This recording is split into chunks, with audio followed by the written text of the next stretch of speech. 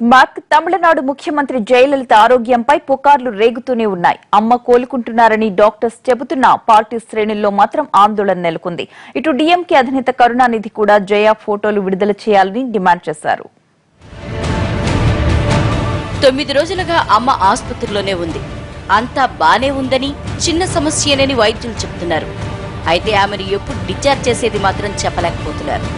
దీంతో జయ అభిమానులలో ఆందోళన నెలకొంది. దేనికి తోడు పుకార్ల షికార్లు వారిని మరింత భయపెడుతున్నాయి. అసత్యాలు ప్రచారం చేసే వారిపై చర్య తీసుకుంటామని పోలీసులు హెచ్చరిస్తున్నా సోషల్ మీడియాలో మాత్రం ప్రచారం ఆగటం లేదు. జయలలిత కోలుకుంటారని డాక్టర్లు మరోసారి ప్రకటించారు. అమ్మ వైద్యానికి బాగా స్పందిస్తున్నారని హెల్త్ బులెటిన్ విడుదల చేశారు. జ్వరం, డీహైడ్రేషన్ తో సీఎం బాధపడుతున్నారని వారు తెలిపారు. Every day all the work is going on. She is in rest, that's all. Doctor said very clearly she is in rest. But even yesterday our Amma only gave all the statement to the committee meeting yesterday happened in Delhi.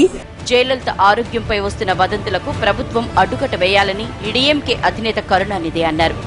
జయ అనారోగ్యానికి సంబంధించిన పూర్తి వివరాలు వెల్లడించాలని ప్రభుత్వాన్ని demand చేశారు. జయలలిత సిద్ధాంతాలతో ఇప్పటికీ విభేదిస్తున్నారన్న కరుణ అయితే అనారోగ్యం బారిన పడిన ఆమె త్వరగా కోలుకోవాలని ఆకాంక్షించారు. జయలలిత అనారోగ్యంపై వదంతులు వస్తున్నందున ఆసుపత్రిలో ఉన్న జయలలిత ఫోటోలు మీడియాకు విడుదల చేయాలని కోరారు.